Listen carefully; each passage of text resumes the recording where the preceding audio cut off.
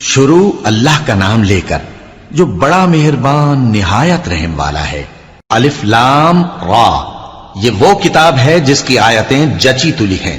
پھر یہ کہ اللہ حکیم و خبیر نازل کرنے والے کی طرف سے بتفصیل بیان کی گئی ہیں۔ اس کا پیغام یہ ہے کہ اللہ کے سوا کسی کی عبادت نہ کرو، اور میں اس کی طرف سے تم کو ڈر سنانے والا اور خوشخبری دینے والا ہوں۔ اور یہ کہ اپنے پروردگار سے بخشش مانگو اور اس کے آگے توبہ کرو، وہ تم کو ایک وقت مقرر تک متاع نیک سے بہرہ مند کرے گا اور ہر لائق فضیلت کو اس کی فضیلت دے گا۔ اور اگر روگردانی کرو گے تو مجھے تمہارے بارے میں قیامت کے بڑے دن کے عذاب کا ڈر ہے۔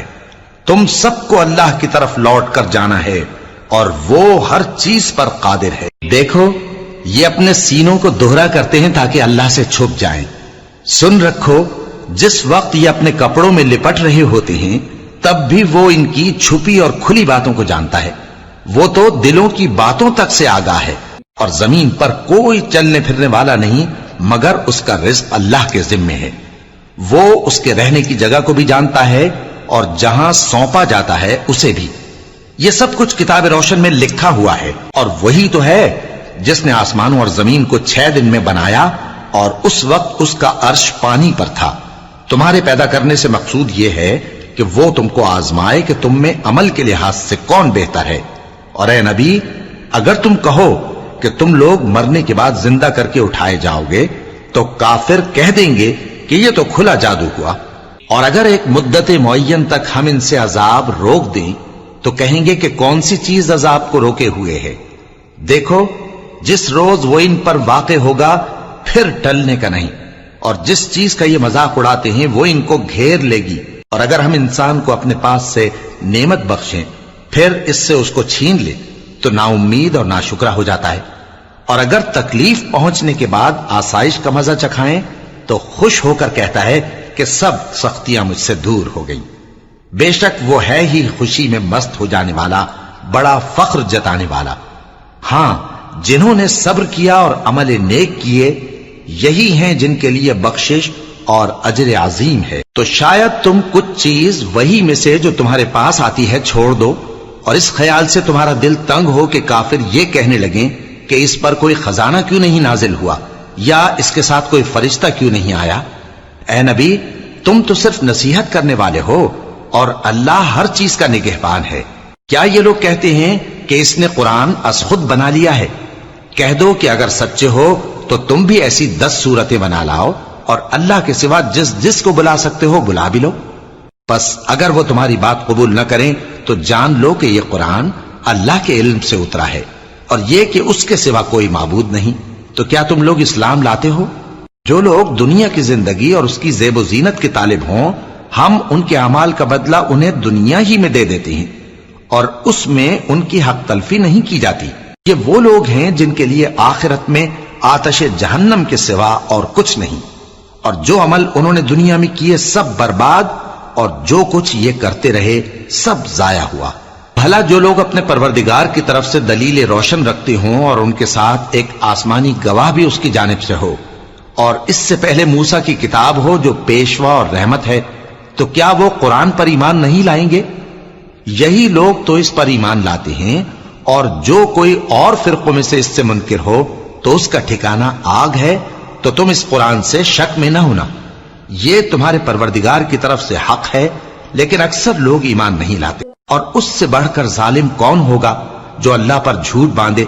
ایسے لوگ اپنے رب کے سامنے پیش کیے جائیں گے اور گواہ کہیں گے کہ یہی لوگ ہیں جنہوں نے اپنے پروردگار پر جھوٹ بولا تھا۔ سن رکھو کہ ظالموں پر اللہ کی لعنت ہے، جو اللہ کے رستے سے روکتے اور اس میں کجی چاہتی ہیں، اور وہ آخرت کا بھی انکار کرتے ہیں۔ یہ لوگ زمین میں کہیں چھپ کر اللہ کو ہرا نہیں سکتے، اور نہ اللہ کے سوا کوئی ان کا حمایتی ہے۔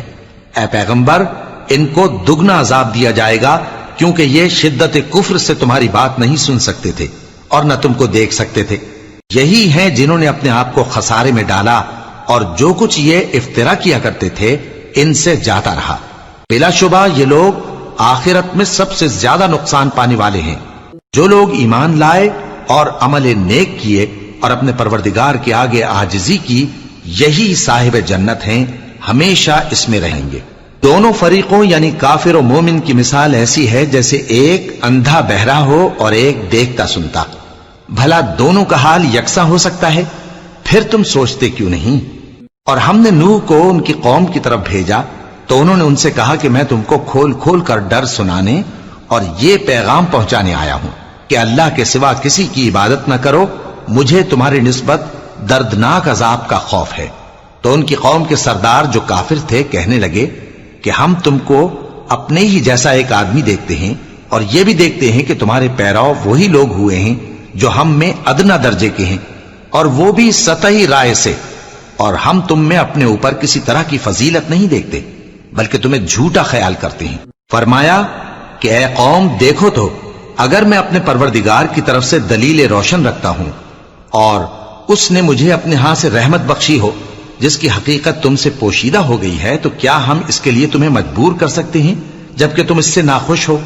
اور اے قوم، میں اس نصیحت کے بدلے تم سے مال و زر کا مطالبہ تو نہیں کرتا، میرا صلہ تو اللہ کے ذمے ہے، اور جو لوگ ایمان لائے ہیں میں ان کو نکالنے والا بھی نہیں ہوں، وہ تو اپنے پروردگار سے ملنے والے ہیں، لیکن میں دیکھتا ہوں کہ تم لوگ نادانی کر رہے ہو۔ اے میری قوم، اگر میں ان کو نکال دوں تو اللہ کی گرفت سے بچانے کے لیے کون میری مدد کر سکتا ہے؟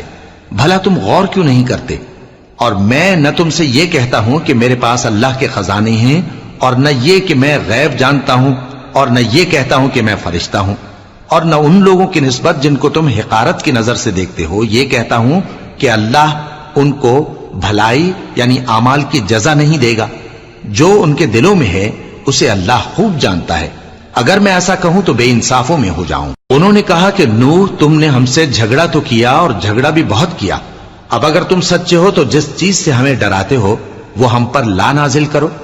نوح نے کہا کہ اس عذاب کو تو اللہ ہی چاہے گا تو نازل کرے گا، اور تم اللہ کو کسی طرح ہرا نہیں سکتے، اور اگر میں یہ چاہوں کہ تمہاری خیر خواہی کروں اور اللہ یہ چاہے کہ تمہیں گمراہ رہنے دے تو میری خیر خواہی تم کو کچھ فائدہ نہیں دے سکتی، وہی تمہارا پروردگار ہے اور تمہیں اسی کی طرف لوٹ کر جانا ہے۔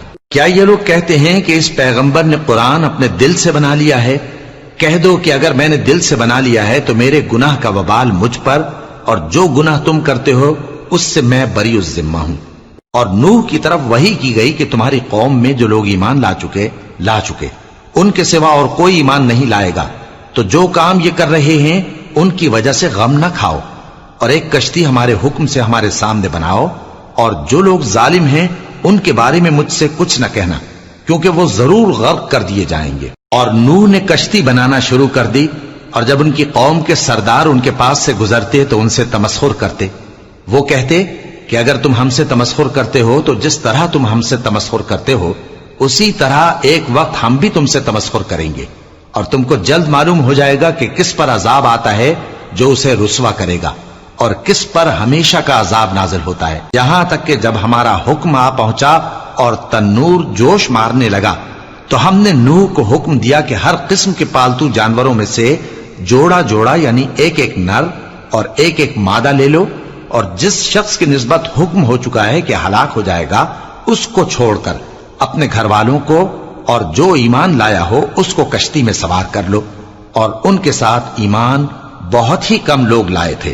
نوح نے کہا کہ اللہ کا نام لے کر کہ اسی کے کرم سے اس کا چلنا اور ٹھہرنا ہے، اس میں سوار ہو جاؤ، بے شک میرا پروردگار بخشنے والا ہے، مہربان ہے۔ اور وہ ان کو لے کر طوفان کی لہروں میں چلنے لگی۔ لہریں کیا تھیں؟ گویا پہاڑ تھے۔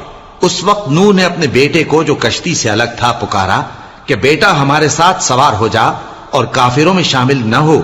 اس نے کہا کہ میں ابھی پہاڑ سے جا لگوں گا، وہ مجھے پانی سے بچا لے گا۔ فرمایا کہ آج اللہ کے عذاب سے کوئی بچانے والا نہیں اور نہ کوئی بچ سکتا ہے مگر وہی جس پر اللہ رحم کرے۔ اتنے میں دونوں کے درمیان لہر حائل ہو گئی اور وہ ڈوب کر رہ گیا، اور حکم دیا گیا کہ اے زمین اپنا پانی نگل جا اور اے آسمان تھم جا، اور پانی خشک ہو گیا اور کام تمام کر دیا گیا، اور کشتی کوہ جودی پر جا ٹھہری، اور کہہ دیا گیا کہ بے انصاف لوگوں پر لعنت۔ اور نوح نے اپنے پروردگار کو پکارا اور کہا کہ پروردگار، میرا بیٹا بھی میرے گھر والوں میں ہے، تو اس کو بھی نجات دے، تیرا وعدہ سچا ہے اور تو بہترین حاکم ہے۔ اللہ نے فرمایا کہ اے نوح، وہ تیرے گھر والوں میں نہیں ہے، وہ تو سراسر بد عمل ہے، تو جس چیز کی تم کو حقیقت معلوم نہیں اس کے بارے میں مجھ سے درخواست ہی نہ کرو، اور میں تم کو نصیحت کرتا ہوں کہ نادان نہ بنو۔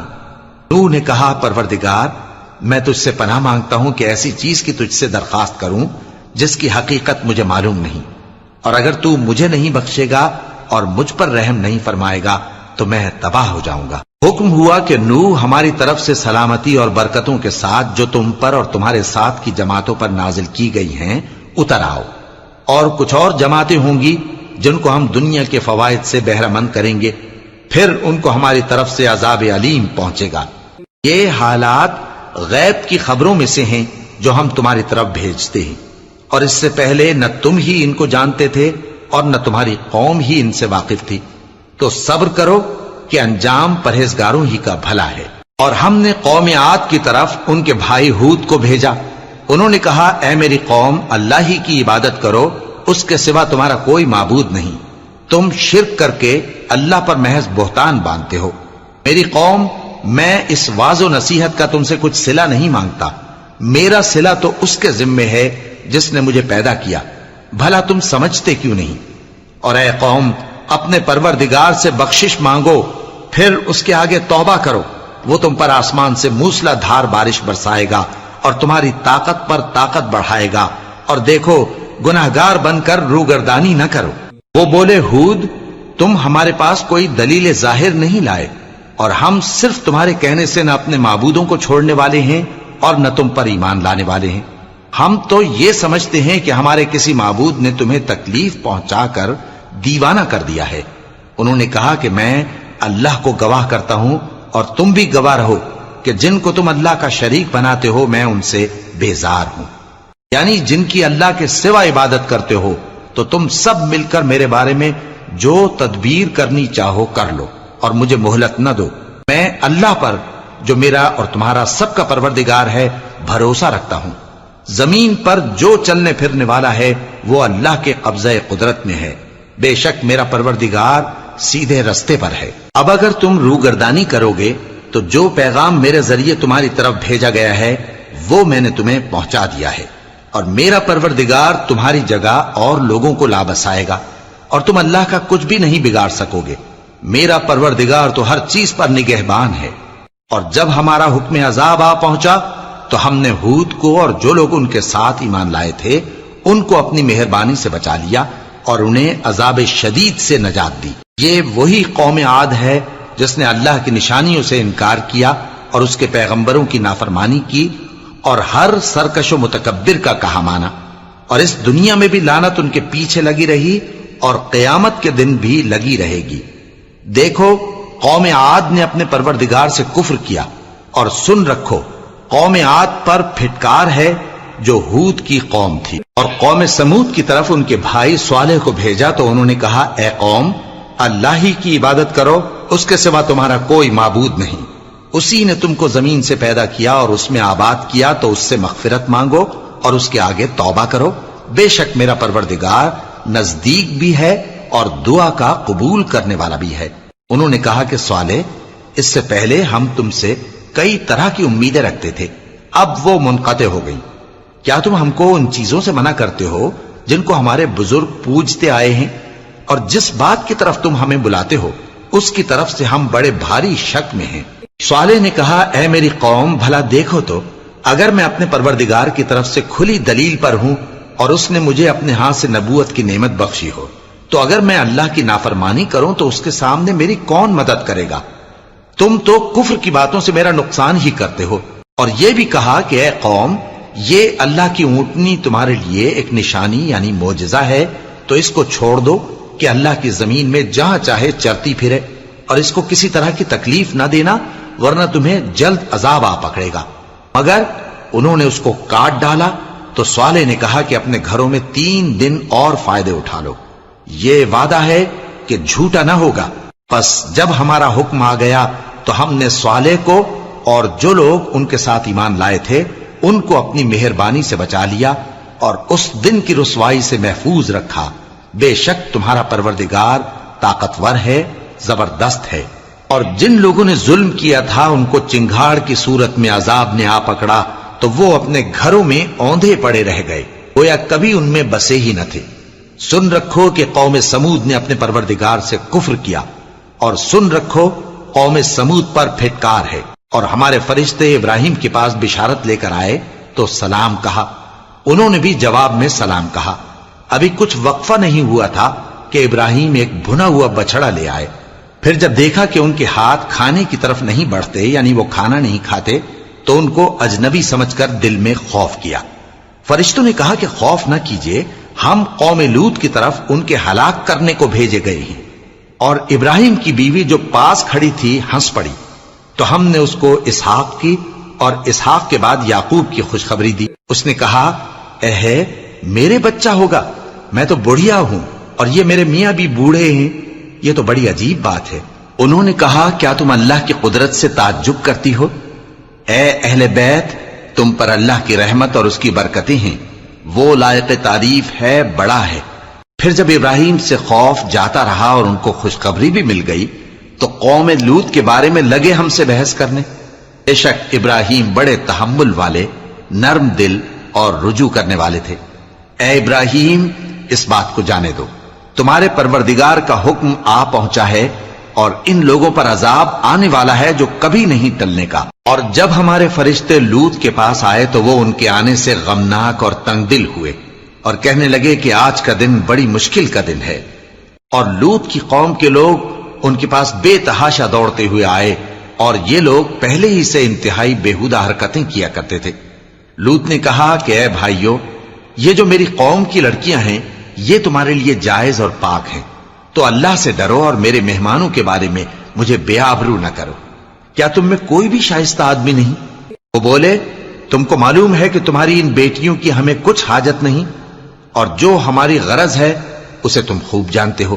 لوط نے کہا، اے کاش مجھ میں تمہارے مقابلے کی طاقت ہوتی، یا میں کسی مضبوط قلعے میں پناہ لے لیتا۔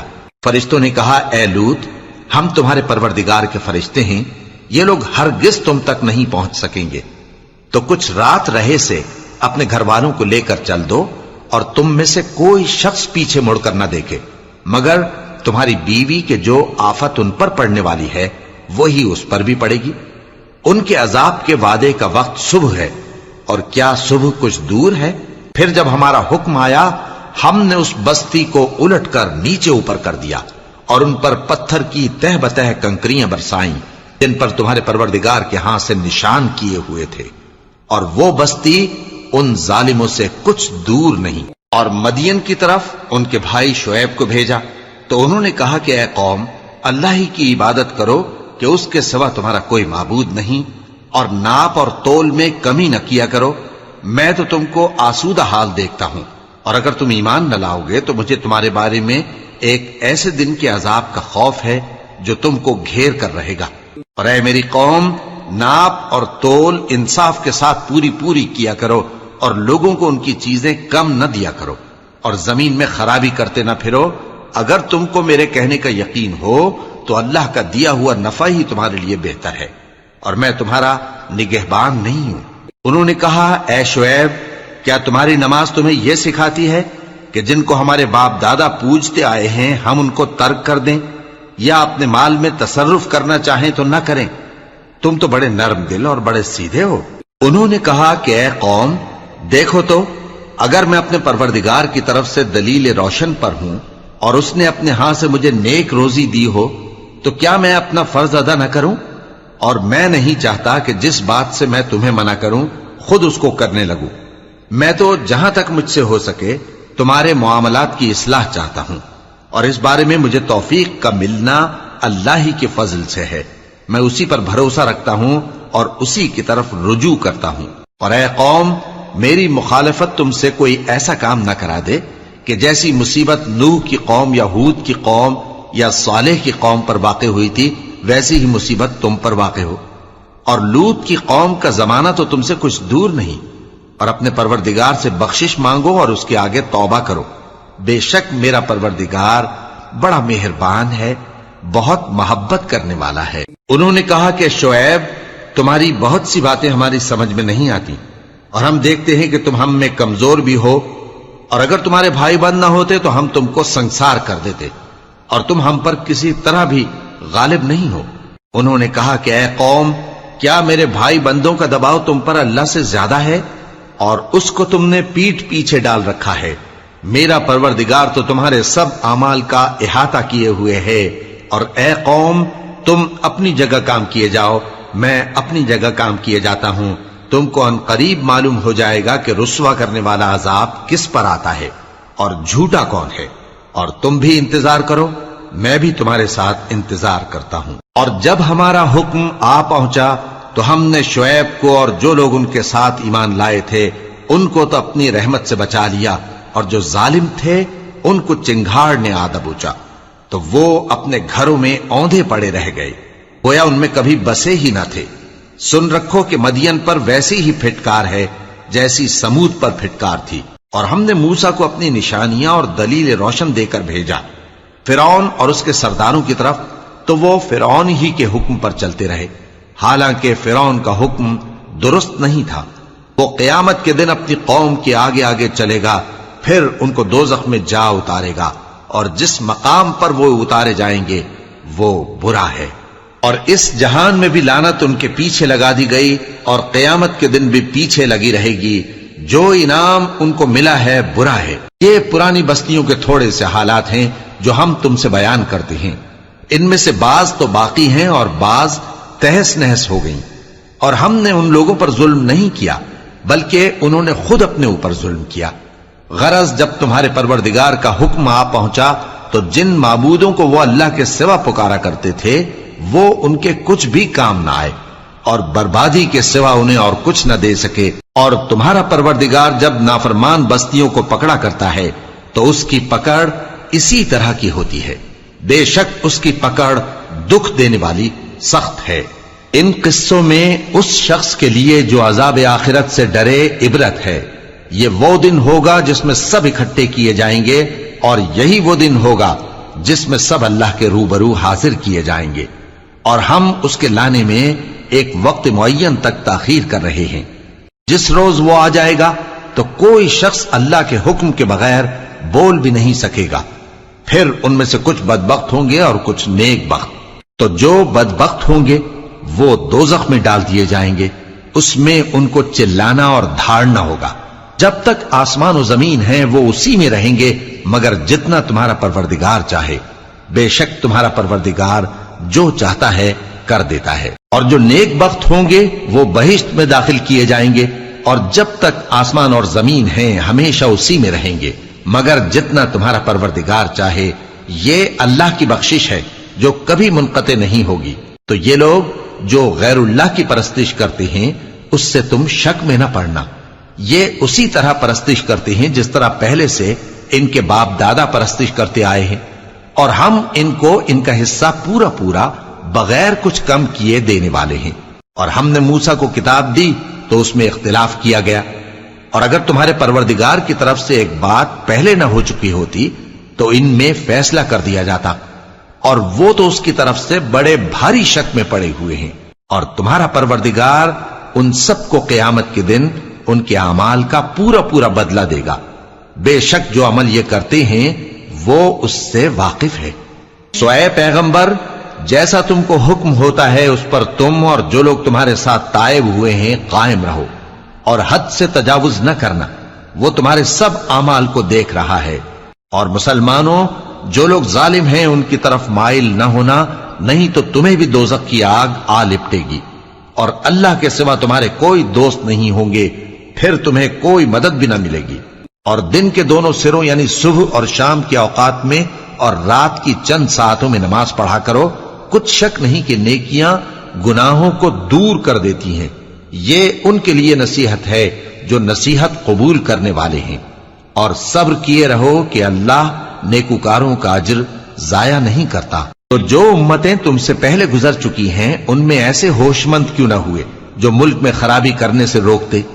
ہاں، ایسے تھوڑے سے تھے جن کو ہم نے ان میں سے نجات بخشی، اور جو ظالم تھے وہ انہی باتوں کے پیچھے لگے رہے جن میں عیش و آرام تھا، اور وہ گناہوں میں ڈوبے ہوئے تھے۔ اور تمہارا پروردگار ایسا نہیں ہے کہ بستیوں کو جبکہ وہاں کے باشندے نیکوکار ہوں از راہ ظلم تباہ کر دے، اور اگر تمہارا پروردگار چاہتا تو تمام لوگوں کو ایک ہی جماعت کر دیتا، اور وہ برابر اختلاف کرتے رہیں گے، مگر جن پر تمہارا پروردگار رحم فرمائے، اور اسی لیے اس نے ان کو پیدا کیا ہے، اور تمہارے پروردگار کا قول پورا ہو گیا کہ میں دوزخ کو جنوں اور انسانوں سب سے بھر دوں گا۔ اور اے نبی اور پیغمبروں کے وہ سب حالات جو ہم تم سے بیان کرتے ہیں، ان سے ہم تمہارے دل کو جمائے رکھتے ہیں، اور ان حالات میں تمہارے پاس حق پہنچ گیا، اور یہ مومنوں کے لیے نصیحت اور عبرت ہے۔